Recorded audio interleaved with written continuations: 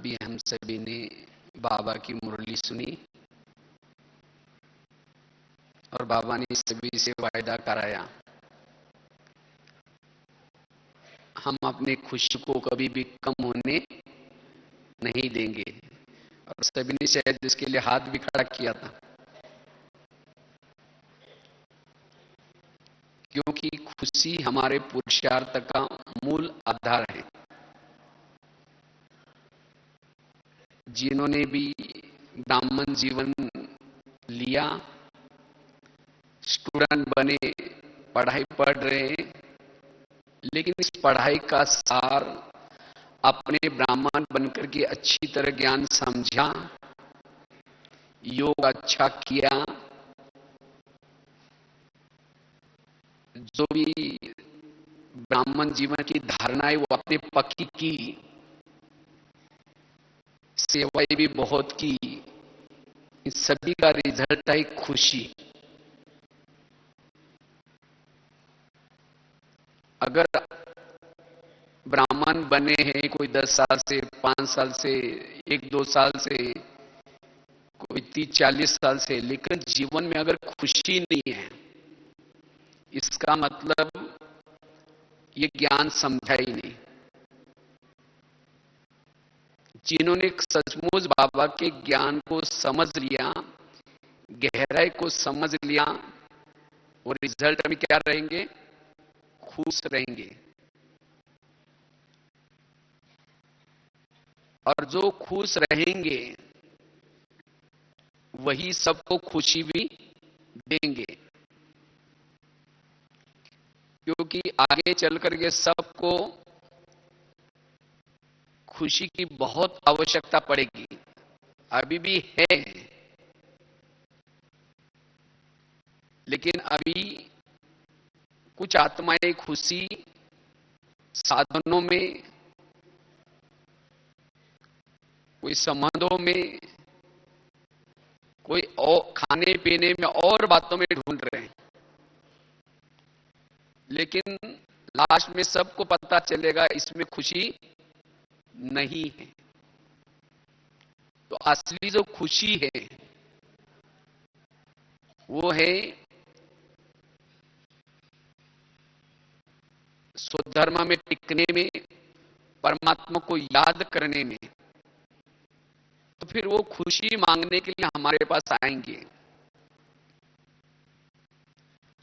और जिन्होंने खुशी का स्टॉक जमा किया है वही उसी समय खुशी दे सकेंगे। इसलिए बाबा कहते बच्चे अब खुशी का स्टॉक जमा करो। और बाबा की प्रत्यक्षता अभी कब होगी? जितना हमारे चेहरे खुश देखेंगे लोग, तब ऑटोमेटिकली उनको लगेगा इनको कुछ प्राप्त हुआ है, कुछ खजाना मिला है। क्योंकि आज दुनिया में तो समस्या, परिस्थिति, दुख बहुत है, इसीलिए किसी के भी चेहरे खुशी वाले चेहरे नहीं है। और ऐसे वायुमंडल में अगर हम खुश होंगे तो ऑटोमेटिकली हमें वो पूछेंगे कि आपको ये खुशी कैसी मिली। तब आप बाबा का संदेश दे सकेंगे, या परमात्मा आया है, वो पढ़ा रहा है, वो मान जाएंगे। और जब तक हमारे पास खुशी नहीं है तब तक हम शांति में दे नहीं सकेंगे। जहां खुशी है वहां शांति है। जितना हमारे पास खुशी है उतनी हमारे पास एकाग्रता है। जितनी हमारे पास खुशी ज्यादा होंगी उतना हम स्वधर्म में टिक सकेंगे, मन का भटकना बंद हो जाएगा, मन अंतर्मुखी बनेगा। अगर हमारे पास खुशी कम है तो मन भी एकाग्र नहीं होगा। जितना हमारे पास खुशी होगी हम अशरीरी स्थिति में टिक सकेंगे, बिंद्रूप स्थिति का, बीजरूप स्थिति का सहज अनुभव कर सकेंगे। जितनी हमारे पास खुशी होगी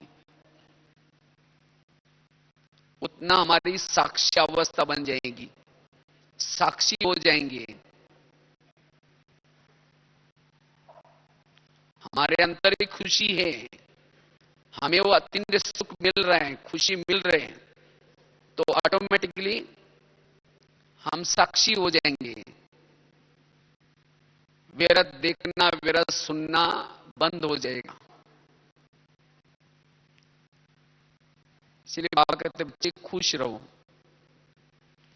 और जहां हमारे पास जहां खुशी है वहां हम वायुमंडल को भी अच्छा बना सकेंगे। तो वर्तमान समय खुशी की आवश्यकता है, और जो खुशी में रहता है वो बेफिक्र बादशाह बन सकता है, कोई फिक्र नहीं। तो हम अपने खुशी को बढ़ाना है। बाबा कहते हैं कभी कभी तो हम खुश रहते हैं, लेकिन बाबा ने कहा कभी कभी शब्द को भी क्या करो, अब छोड़ दो, बाबा को दो, और सदा शब्द याद रखो, सदा खुश। लेकिन हम सदा खुश क्यों नहीं रह पाते हैं? उसकी क्या कारण है? कभी कभी हमारी खुशी क्यों गुम हो जाती है या कम क्यों हो जाती है? और जब तक हम सदा खुशी में नहीं रहेंगे, खुशी में रहने वाला ही संपन्न और संपूर्ण बन सकता है। ब्रह्मा बाबा कभी कभी, जैसे दादी सुनाते हैं, कभी बाबा दरवाजा बंद करके अंदर से क्या करते थे, डांस करते थे खुशियों में, क्योंकि बाबा को अंदर से लगता था कि अब ये शरीर छूटा कि छूटा, और मैं जाकर के क्या बनूंगा, विष्णु बनूंगा, कृष्ण बनूंगा। बाबा को ये बहुत खुशी थी, और इसी खुशी से रहने से बातें, परिस्थितियां, विघ्न जो भी आते थे उसकी परवाह नहीं रहती थी। इसी तरह अगर हम भी खुश रहेंगे तो जो भी जीवन में छोटी मोटी बातें आते हैं उन बातों का चिंतन नहीं चलेगा। बाबा ने कहा ना कि कलयुग है, बातें तो आएंगी, कलह कलेश चलेगा, लेकिन बातों के ऊपर ध्यान नहीं दो, सेवा में एवर रेडी रहो। इसीलिए हमें खुशी को क्या करना है, बढ़ाना है। लेकिन खुशी हमारी कब कम हो जाती है?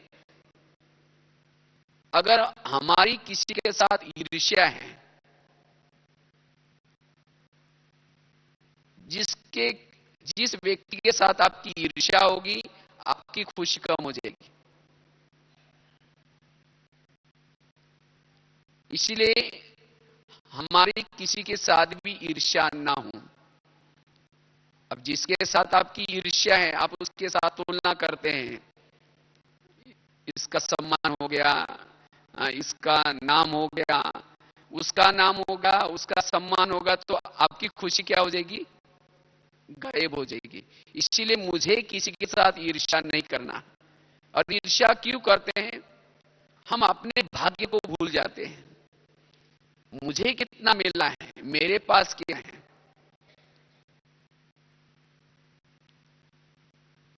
इसलिए हमें किसी के साथ भी ईर्ष्या नहीं है।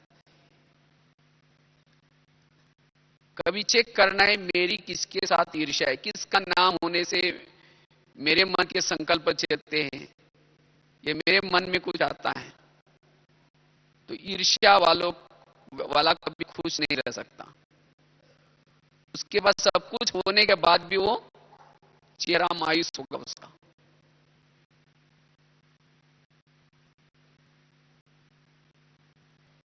और खुशी कहीं बाहर नहीं है, खुशी का है अपने पास है। खुशी को कहीं बाहर ढूंढने की जरूरत नहीं है।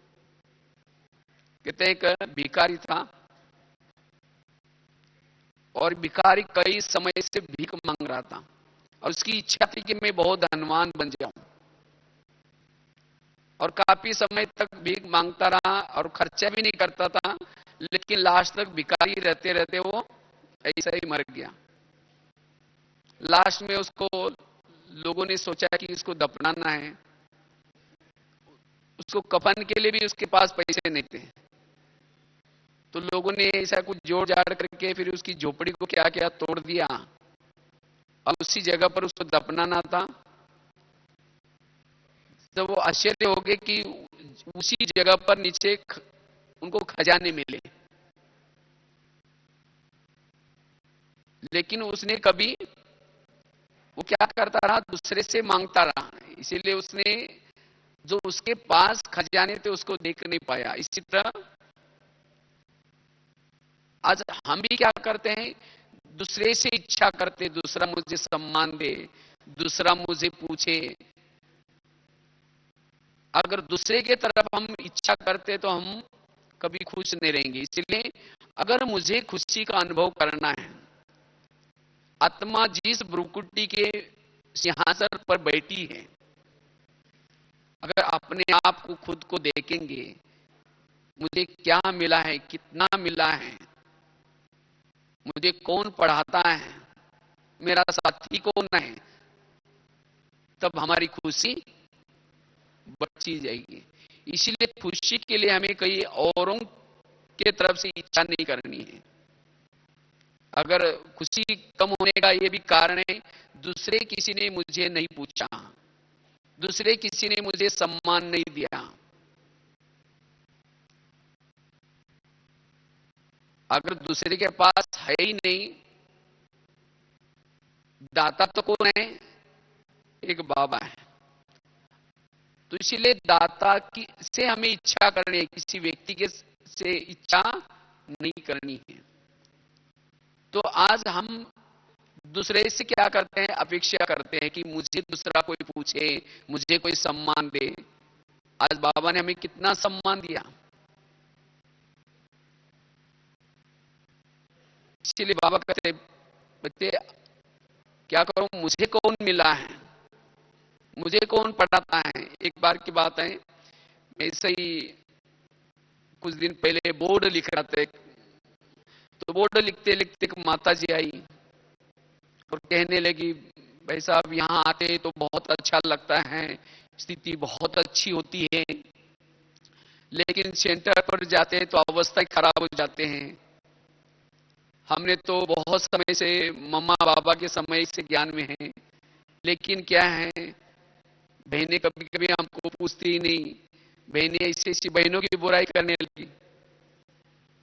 इसके कारण कहा कि हमारी अवस्था खराब हो जाती है। हमने कहा माता जी बहनें कैसी भी हो, लेकिन बाबा तो आपको पूछता है ना। तो कहते हाँ बाबा तो पूछता है। तो हमने कहा जिसको स्वयं परमात्मा भगवान पूछता है, उसको कोई लोग पूछे या न पूछे क्या फर्क पड़ता है। तो बड़ी खुश हो गई। तो मैंने उस समय सोच ही रहा था कि क्या लिखूं, तो उस समय हमने उसी टॉपिक के ऊपर लिखा, जरा सोचो जिसको स्वयं परमात्मा भगवान ने पूछा है, उसको कोई पूछे या न पूछे क्या फर्क पड़ सकता है। जिसका सर्व संबंधी स्वयं परमात्मा है, उसको कोई संबंधी हो या न हो क्या फर्क पड़ सकता है। जिसका साथी स्वयं समर्थ सर्वशक्तिवान है, उसको कोई दूसरे साथ दे या न दे क्या फर्क पड़ सकता है। जिसके दिल में स्वयं दिलाराम है, उसके दिल में और कोई बैठने की क्या आवश्यकता है। इसलिए बाबा मिला, सब कुछ मिला। खुशी गुम होने का कारण है, बीती हुई बातों को हम क्या करते हैं, याद करते हैं। जो बीती हुई बातों को याद करता है उसकी खुशी गुम हो जाती है। बातें कई 10 साल पहली हुई हैं, लेकिन अभी भी अंदर भरी है। जिसकी वृत्ति निगेटिव बनी है, किसी व्यक्ति ने उसको धोखा दिया, कोई विघ्न डाला, उसके कारण उसकी वृत्ति में निगेटिव गया। जिसकी वृत्ति में निगेटिव है उसकी खुशी गुम हो जाती है, क्योंकि जिसकी बातें उसके वृत्ति में गए हैं उसके संकल्प व्यर्थ चलते हैं, और जहां संकल्प व्यर्थ चलते हैं वहां खुशी नहीं है। एक साधक अपने गुरुजी के पास गए और गुरुजी को कहने लगे, गुरुजी मैं बहुत तपस्या करता हूं, मैं बहुत ध्यान करता हूं, साधना करता हूं, पठन पाठन करता हूं, लेकिन मुझे खुशी नहीं रहती, मैं क्या करूं? प्रश्न भी पूछा। तो गुरु ने कहा, एक एग्जाम्पल दिया, कहा कि मैं 3-4 दिन पहले एक बगीचे में बैठा था और उसी बगीचे में 3-4 युवा, उनको बहुत प्यास लगी थी और इसीलिए वही बगीचे में कुआं था, वहां बाल्टी भी पड़ी थी, रस्सा भी था, उस रस्से से बाल्टी से पानी निकाल रहे थे, लेकिन बाल्टी जब ऊपर आती थी खाली हो जाती थी। फिर वो दोबारा कोशिश करते थे, फिर बाल्टी ऊपर आने तक खाली हो जाती थी। वो कुएं के पास होने के बावजूद भी, कुएं में पानी होने के बावजूद भी, रस्सा और बाल्टी होने के बावजूद भी वो कुएं के पास रहते हुए भी प्यासे रह गए, क्योंकि उनके बाल्टी को छेद थे। और कहा कि यही कारण है, आज साधना करते हो, सब कुछ करते हो, लेकिन तुम्हारे मन को क्या है? छेद है। तुम अपने मन के छेद को बंद करो तो तुम्हें क्या हो जाएगी? खुशी मिल जाएगी। इसी तरह अगर हमारे भी मन को छेद है, मन में वैरा संकल्प चलते हैं, तो हम खुश नहीं रह सकते। सारा दिन निगेटिव चिंतन करने वाला कभी भी खुश नहीं रह सकता। इसीलिए बाबा ने अभी भी कहा ना, व्यर्थों की क्या करो? होली करो। जो निगेटिव सोच है, व्यर्थ संकल्प चलते, उस छेद को हमें क्या करना है? बंद करना है। और यही हमारी साधना है, यही हमारी तपस्या है। जिसके मन में निगेटिव विचार चलते हैं वो कभी भी खुश नहीं रह सकता। खुशी गुम होने का कारण है किसी के तरफ से आपको अपमान मिलता है,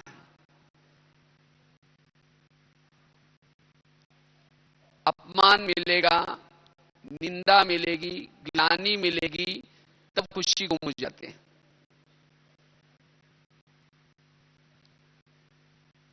जो मान अपमान निंदा स्तुति में समान है वो सदा कैसे रहेगा? सदा खुश रहेगा। जिसका देह भान है वो कभी खुश नहीं रह सकता। कोई पुराने संस्कारों के बार बार वश हो जाता है, कभी खुश नहीं रह सकता। अगर कोई संस्कार बार बार उसके ऊपर वार करते हैं, वो कभी खुश नहीं रहेगा। तो इसी तरह खुशी कम होने के ये कारण है। जो कर्मेंद्र के वश हो जाता है वो कभी खुश नहीं रह सकता। जिसके अंदर मैंपन है, कर्तापन है, मैं करता हूं, मैं, वो कभी खुश नहीं रह सकता। वो करता बहुत है लेकिन उसका जमा नहीं होगा। इसलिए आज की भी बाबा की मुरली थी ना, करण करावन हार की स्मृति रहे, निमित्त भाव रहे। जिसका निमित्त भाव है, करण करावन हार बाबा की स्मृति है, वो करने के बाद अलिप्त होगा, कर्तापन के भाव से अलग रहेगा और वही सदा खुश रह सकता है। क्योंकि मैंपन से किए हुए कर्मों का फल और बल नष्ट हो जाता है। हमारी खुशी कम क्यों होती है? पुराने संस्कार के वश होने से, से ईर्ष्या करने से, किसी के तरफ से मिले हुए अपमान को महसूस करने से, किसी ने सम्मान नहीं किया इसके कारण, कोई कर्मेंद्रिय धोखा देते उसके कारण, बहुत सारे कारण हैं। लेकिन अब हमें उसका क्या करना है? निवारण। क्योंकि अगर खुश रहेंगे, बाबा ने कहा ना, खुशी से बहुत बड़ी आप करामत कर सकेंगे। अगर आपके पास एक बार खुशी आ गई, उसे आप बहुत सारी करामत कर सकेंगे। जिसके पास खुशी है वही किसी की किस्मत बदल सकता है। इसलिए कहते हैं ना, खुश किस्मत, खुश मिजाज चेहरा हो। और जो खुशी में रहता है वही ऊपर उड़ सकता है। जैसे गुब्बारे होते हैं ना, गुब्बारे उसके अंदर हवा भरते हैं और जितनी हवा होगी वो कहां जाता है? ऊपर जाता है। इसी तरह जिसके पास एक खुशी खुशी की हवा है, अर्थात खुश रहता है, वही कहां जाएगा? ऊपर जाएगा। और जिसके पास खुशी नहीं है वो इस दुनिया में रहेगा, इस दुनिया की बातों का ही सोचेगा। जो खुश रहता है यहां इसी दुनिया में रहते हुए भी इसी दुनिया के पार रहेगा। वही की बातें उसको दिखाई पड़ेगी, बेहद की बातें दिखाई पड़ेगी। इसीलिए खुश रहना है।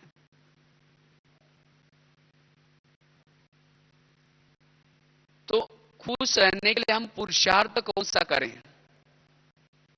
तो सबसे पहला पुरुषार्थ है, अगर हमें सदा खुश रहना है, कोई भी बातें, कोई परिस्थितियां, कोई भी विघन मेरे परिस्थिति को छीन न जाए, उसके लिए यथार्थ याद की यात्रा। जो यथार्थ बाबा की याद करता है वही खुश रह सकता है। यथार्थ जिसका आज भी बाबा ने डेफिनेशन सुनाया, याद मतलब ऐसा नहीं कि सब कुछ काम धंधा छोड़ करके कमरा बंद करके बैठ जाओ, इसको याद नहीं कहेंगे। याद आता मन आपका बैठ जाए, मन में कोई भी प्रकार के निगेटिव विचार ना चले, समर्थ विचार चले, बुद्धि में उस परमधाम का, वो बाबा का चित्र दिखाई पड़े। जिसके बुद्धि में परमधाम परमात्मा दिखता है और जिसके मन में समर्थ विचार चलते हैं, वो है यथार्थ याद। और ऐसी याद से आत्मा की बैटरी चार्ज हो जाती है। और जिसके आत्मा की बैटरी चार्ज है वो अशरीरी स्थिति में रहता है, वो विधेयी स्थिति में रहता है और उसको आंतरिक खुशी मिलती है। और वो खुशी उसके चेहरे में उमंग उत्साह में दिखाई पड़ेगी। और ऐसे खुशी को कोई भी दबा नहीं सकता, चाहे उसका कितना भी अपमान किया जाए, चाहे उसको कितना भी विघ्न डाले जाए। आत्मिक स्थिति में रहने वाला, अशरीरी स्थिति में रहने वाला, वो सदा खुश रहेगा। वो विघ्न और समस्या का समाधान करेगा। वो निगेटिव बातों को पॉजिटिव में परिवर्तन करेगा। ऐसी बातें उसके मन को और बुद्धि को हलचल में नहीं लाएगी। इसीलिए हमें क्या करना है? यथार्थ याद। चाहे कर्म योगी बन करके, चाहे जो भी हमें बैठने के समय है, उसी समय मेरा योग बाबा से यथार्थ लग जाए। हम तो बैठते तो सभी योग में, लेकिन योग के समय जो सारा दिन की बातें हैं उन बातों का चिंतन चलता रहता है। योग में बैठेंगे, शुरू करेंगे, मैं आत्मा हूं, शांत हो, फिर कहेंगे उन्होंने मुझे क्यों बोला, 15 दिन पहले भी बोला, फिर कहेंगे छोड़ो कोई बात नहीं, मैं आत्मा हूं। फिर कहेंगे आखिर कब तक सहन करना है, वो बोलता ही रहेगा। और सबके बीच में क्यों बोला, फिर कहेंगे कोई बात नहीं, मैं आत्मा हूं, शांत रहो। अगर ऐसी याद होंगी तो वो आत्मा में बल कैसा मिलेगा। इसीलिए सारा दिन हमें क्या करना है, अगर वो बातें जब होती हैं उसी समय जो बाबा ने हमें ज्ञान दिया है उस ज्ञान के आधार से वही खत्म कर दो। अगर योग में उन उन बातों का चिंतन चलता है तो हम बाबा का चिंतन कैसे कर सकेंगे, बाबा के गुणगान को कैसे कर सकेंगे। ऐसी आत्मा कर्म योगी भी नहीं बन सकती।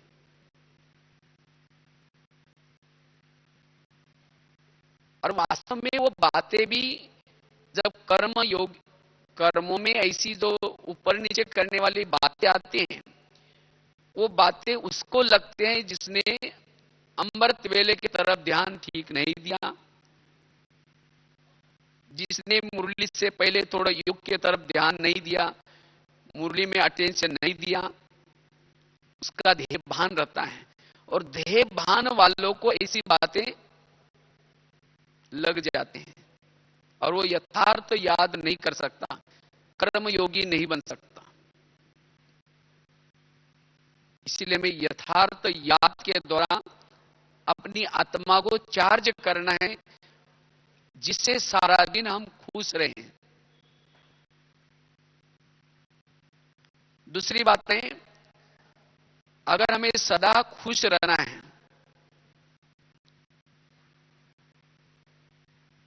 सदा खुशी में रहना है, इसके लिए जो बाबा ने हमें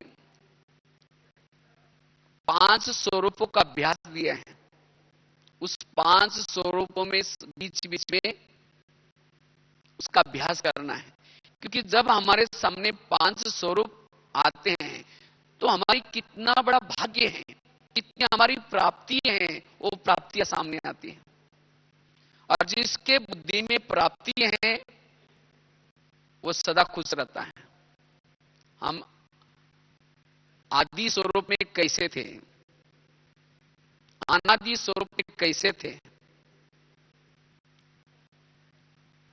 बाबा के बिल्कुल नजदीक आत्मा की चमक कितनी थी।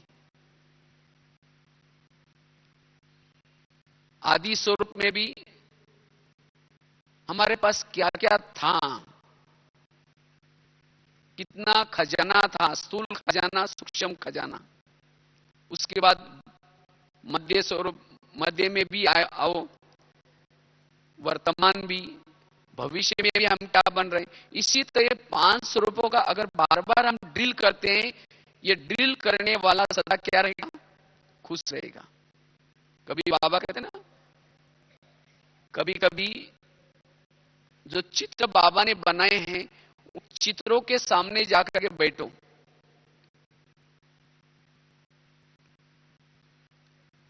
और चिंतन करो, खुशी का पारा चढ़ जाएगा। इसलिए खुशी में रहने के लिए ये 5 स्वरूपों की ड्रिल हमें बीच बीच में क्या करनी है।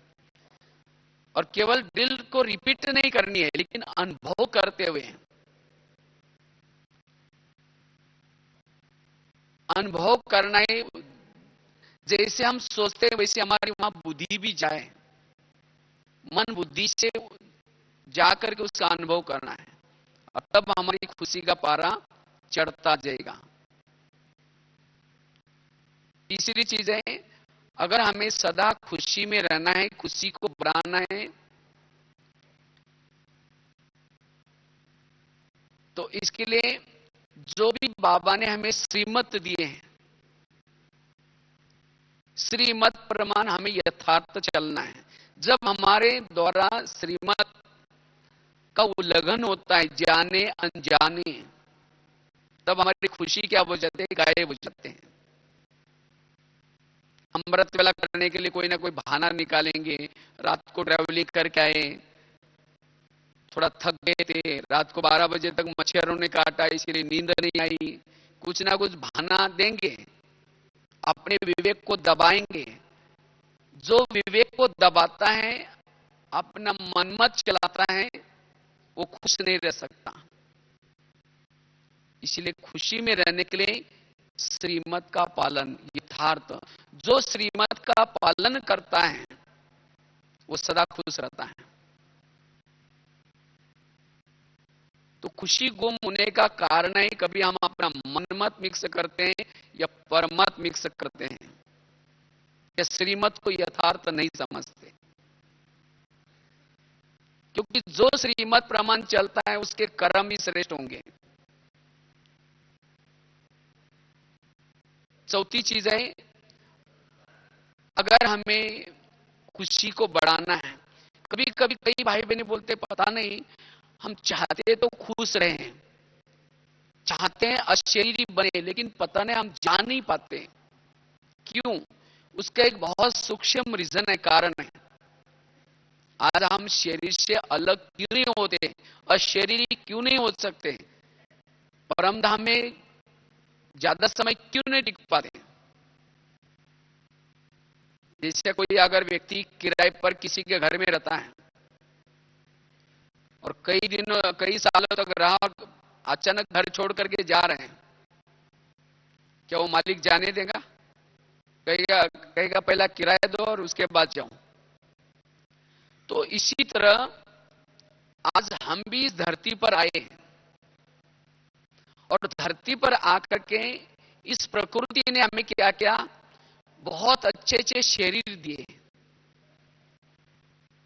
सतयुग से लेकर के अब तक अच्छे अच्छे शरीर दिया, खाने पीने के साधन दी, बहुत सारे सुख सुविधा दी। किस लिए?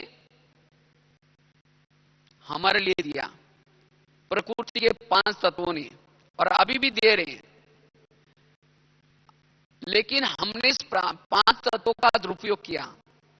कान दिया था अच्छा सुनने के लिए, लेकिन कानों का दुरुपयोग किया। आंख अच्छा दिखने के लिए दिया, लेकिन हमने उसका दुरुपयोग किया। मुख अच्छा बोलने के लिए दिया, उसका दुरुपयोग किया। हर तत्वों का हमने दुरुपयोग किया, और इसीलिए प्रकृति को अंदर से इतना लगता है मैंने इन लोगों को इतना सारा कुछ दिया और फिर भी ये लोगों ने मेरा क्या क्या है, दुरुपयोग किया। और इसीलिए जब हम शरीर से अलग होना चाहते हैं तो प्रकृति कहते हैं कि आप कहां जा रहे हैं, हमको आपको कुछ दिखाना है, क्योंकि आप लोगों ने हमारा दुरुपयोग किया। इसीलिए हम शरीर से अलग नहीं हो पा रहे। तो इसलिए हम क्या करें, जो प्रकृति के 5 तत्व हमें सहज इस शरीर से अलग होने के लिए मदद करें। हमें रोज बैठ करके प्रकृति के 5 तत्वों से क्षमा लेनी है। अगर कोई व्यक्ति बहुत सारे भूले करता है, लेकिन अगर क्षमा मांगता है तो माफ किया जा सकता है। इसी तरह अगर प्रकृति के 5 तत्वों को कभी इमेज करके हम कह सकते हैं, हे प्रकृति के 5 तत्व, मेरे से जाने अनजाने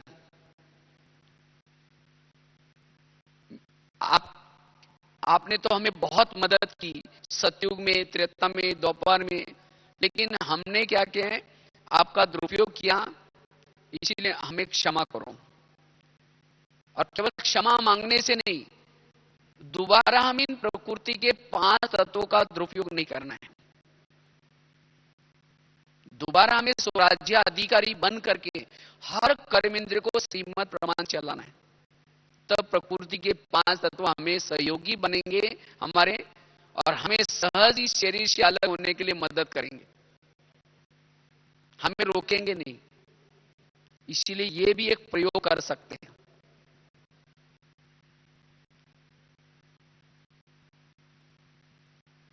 इसीलिए हमें रोज प्रकृति के 5 तत्वों से क्षमा लेनी। इतना ही नहीं, अनेक आत्माओं के साथ के भी हमारे हिसाब किताब हैं।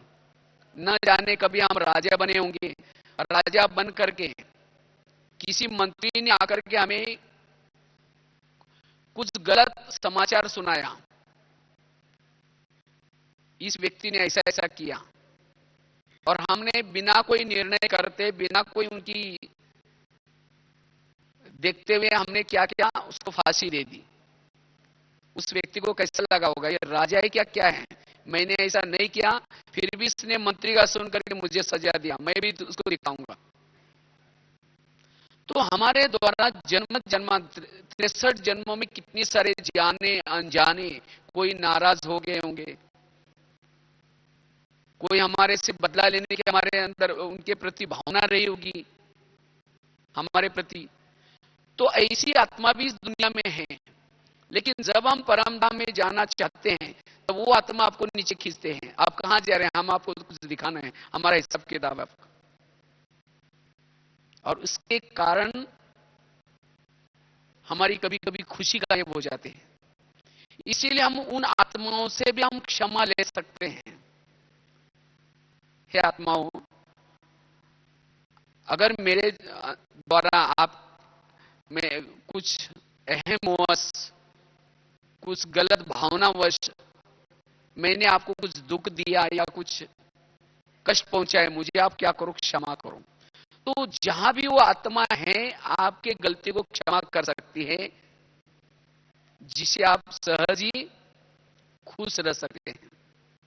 तो ये दो प्रयोग हमें करना है जिसे हम खुश रह सकते हैं। तो एक तो पहली बात बताई, अगर सदा खुशी में रहना है, याद की यात्रा।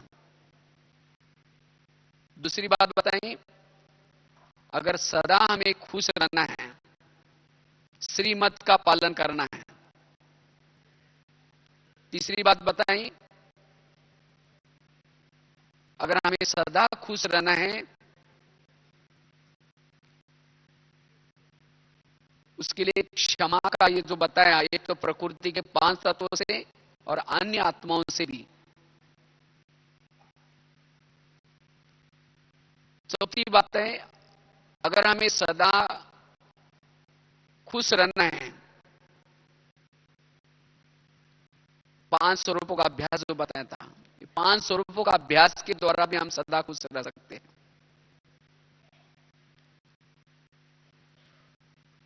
पांचवी बात है, अगर हमें सदा खुश रहना है,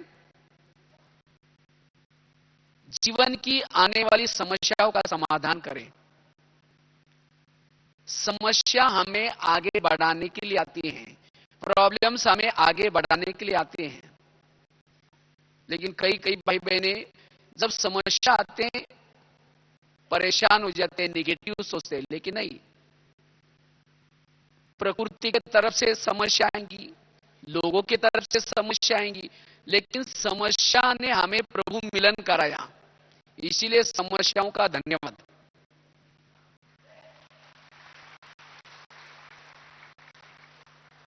अगर मेरे जीवन में समस्या ना आती, हम आगे ना बढ़ते। तो जिसकी समस्या के प्रति ये भावना है, तो समस्या में भी कैसा रहेगा, समाधान स्वरूप रहेगा। इसीलिए समस्याओं का समाधान करें, जीवन में आने वाली निगेटिव बातों को पॉजिटिव में लाने का पुरुषार्थ करें, वही सदा खुश रह सकता है। क्योंकि जिसके जीवन में समस्या है उसके मन में निगेटिव विचार चलते हैं, और जिसके मन में निगेटिव विचार चलते वो जैसे बताए ना वो साधक की बात, उस साधक ने कहा कि मैं बहुत कुछ करता हूं लेकिन खुश नहीं रहता हूं, उनके बाल्टी को छेद देता, बताए छेद का एग्जाम्पल बताया। तो इसी तरह अगर मेरे मन को कई समस्या का चिंतन करते हैं, मन को अनेक छेद है, वो कभी भी खुश नहीं रह सकता। इसलिए अगर मुझे खुश रहना है, समस्याओं का समाधान करना है, नेगेटिव बातों को पॉजिटिव में लाना है। जिसके जीवन में संगम युग में विघ्न और समस्या ज्यादा, उसकी लगन भी तेज होंगी। कई सोचते तो चलो समस्या ने तो हमें प्रभु मिलन कराया, लेकिन प्रभु मिलन करने के बाद भी अभी भी समस्या है। कई कई तो परेशान होकर के कहते हैं इन्होंने तो मुझे जीना हराम कर दिया। लेकिन नहीं, क्या सोचो, ये तो मुझे कर्मातीत बना करके छोड़ेंगे। अगर वो समस्या नहीं डालेंगे तो हमारे दिल से बाबा बाबा कहां निकलेगा, हमारा बुद्धि उन लोगों में जाएगी। इसीलिए वास्तव में विघ्न और समस्या कल्याणकारी है। ड्रामा में जिन आत्माओं को हमारे आसपास रखा है सब हमारा कल्याण करने वाले लोग हैं। मेरा अकल्याण करने वाला कोई भी व्यक्ति नहीं है। इसलिए पक्का करके जाना, तब आपकी खुशी कभी भी कम नहीं होगी। क्योंकि हम कितने माँ के बच्चे हैं?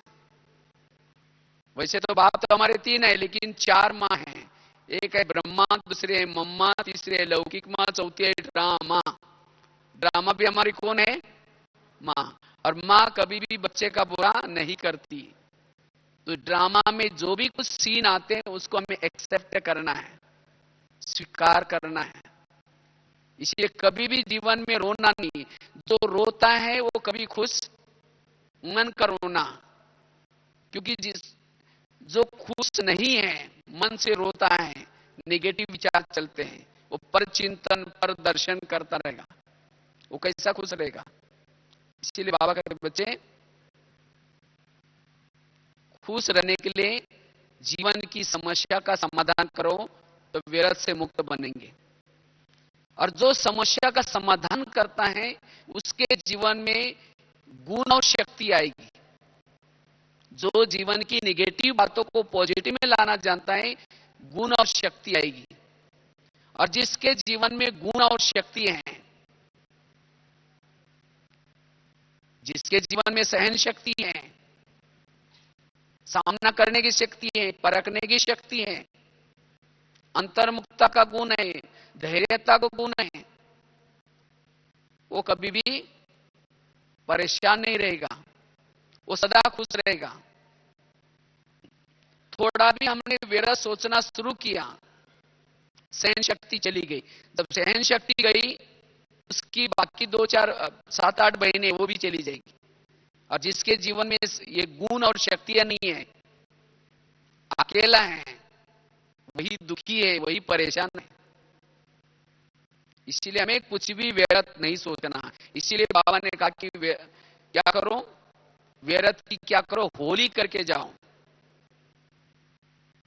व्यर्थ हमें कुछ भी नहीं सोचना, और वही कर्म योगी बन सकता है। वही अपने मन को भ्रुकुटी सिंहासन पर बिठा सकता है। उसके ही मन से करावन हार की स्मृति रहेगी। इसलिए हमें समस्याओं का समाधान,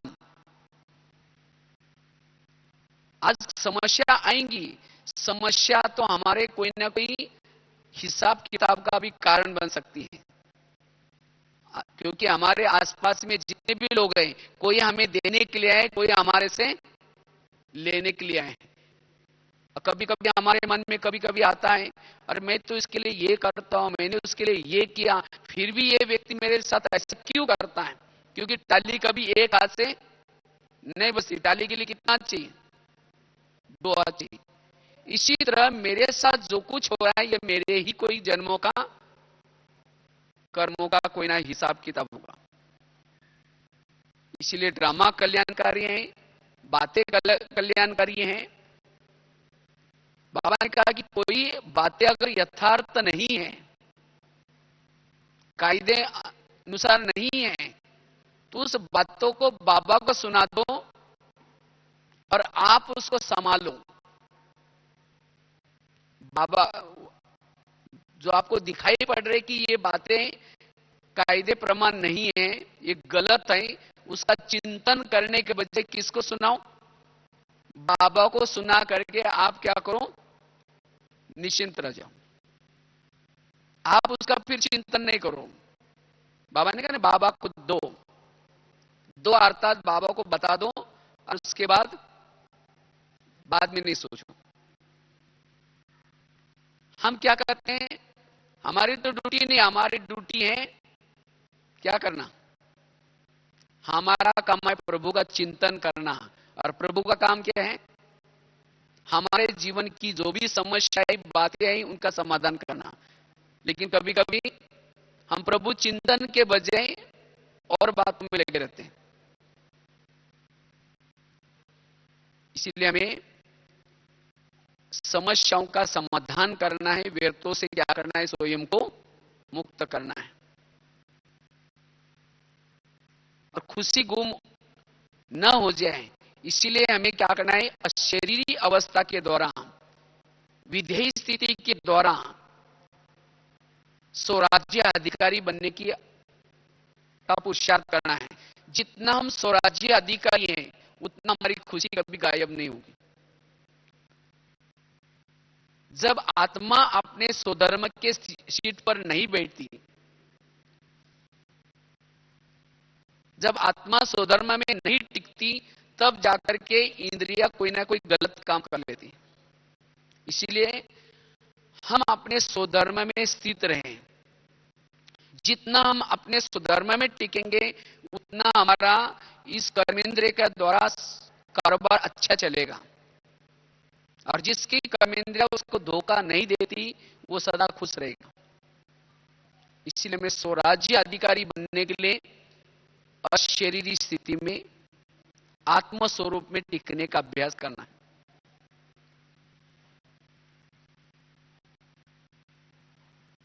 और सदा लास्ट की बात है, अगर हमें सदा खुश रहना है उसका पुरुषार्थ है भगवान और भाग्य की स्मृति। जिसको भगवान और भाग्य की स्मृति रहती है वो सदा कैसा रहेगा, खुश रहेगा। सवेरे से लेकर के रात्रि तक अपना भाग्य चेक करो। सवेरे अमृत वेला कौन उठाता है, तीनों लोगों का मालिक, वो हमें क्या करता है, उठाता है। कहते हैं ना सवेरे सवेरे किसका मुंह देखा था, हम लोग किसका मुंह देखते हैं, स्वयं बाबा का, परमात्मा का मुंह देखते हैं। जिसने स्वयं परमात्मा का मुंह देखा उसके लिए सारा दिन कैसा होगा, अच्छा ही होगा ना। तो कुछ भी हो जाए, हमने बाबा का मुंह देखा है, हमारे लिए सब कैसा होगा, अच्छा ही अच्छा होगा। इसलिए स्वयं हमें बाबा जगाता है। उसके बाद जब अमृत वेला करने के बाद फिर क्या करो, दिनचर्या के हर बात में अपनी स्मृति को पावरफुल बना दो। जब हम विस्मृत बन जाते हैं, विस्मृत हो जाते, तब हमारी खुशी क्या हो जाती है, गायब हो जाते हैं। जब हम नहाते धोते भी क्या समझना है, ये शिव बाबा को दिया हुआ ये मंदिर है, ये शरीर मंदिर है, इस शरीर रूपी मंदिर की हम सफाई कर रहे हैं। उसके बाद नहा धो करके जब हम क्लास में आते हैं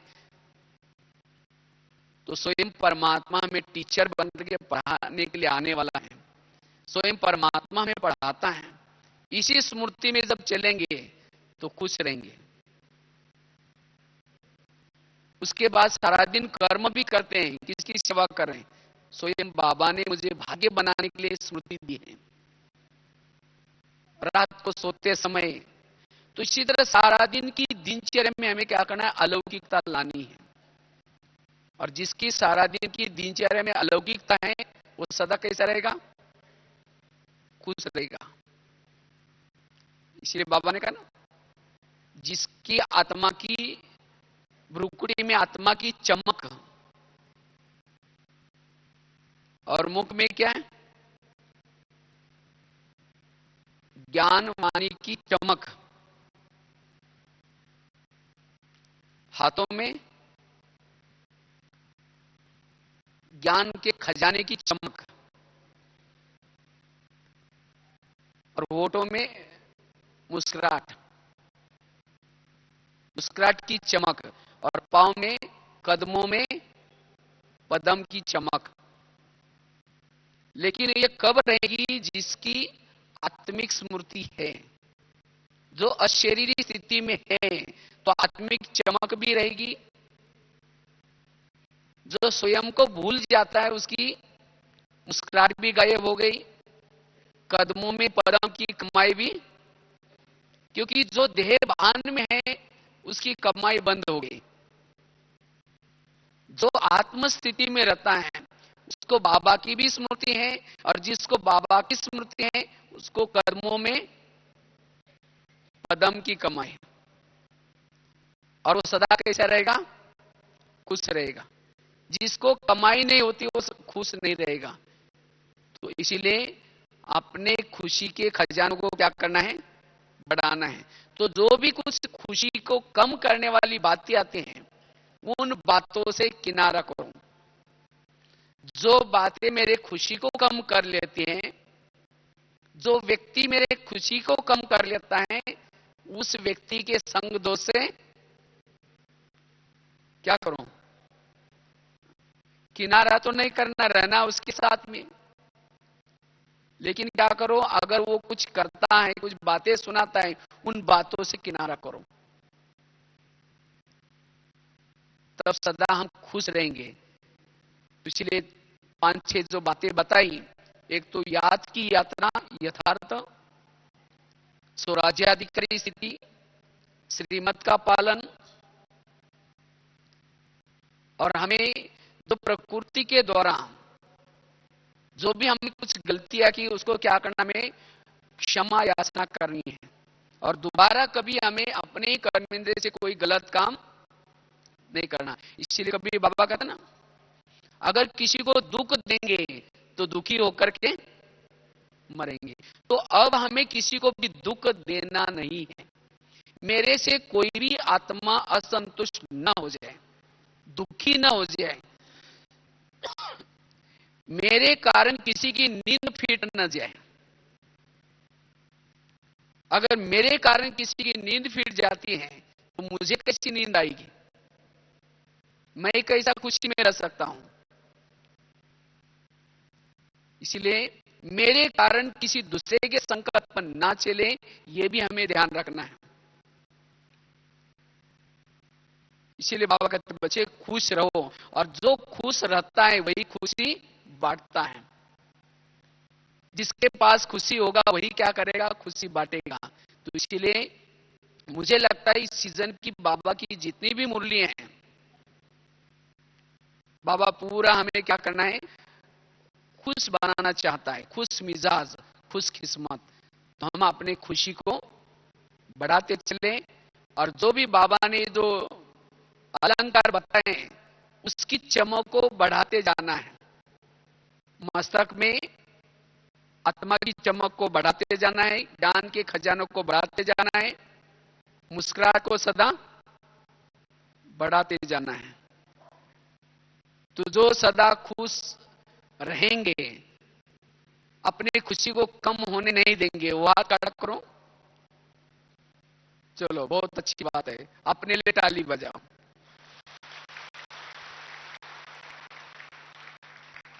ओम शांति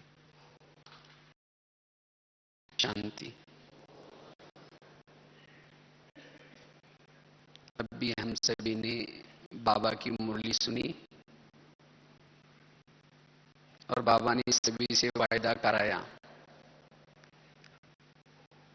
हम अपने खुशी को कभी भी कम होने नहीं देंगे। और सभी ने शायद इसके लिए हाथ भी खड़ा किया था, क्योंकि खुशी हमारे पुरुषार्थ का मूल आधार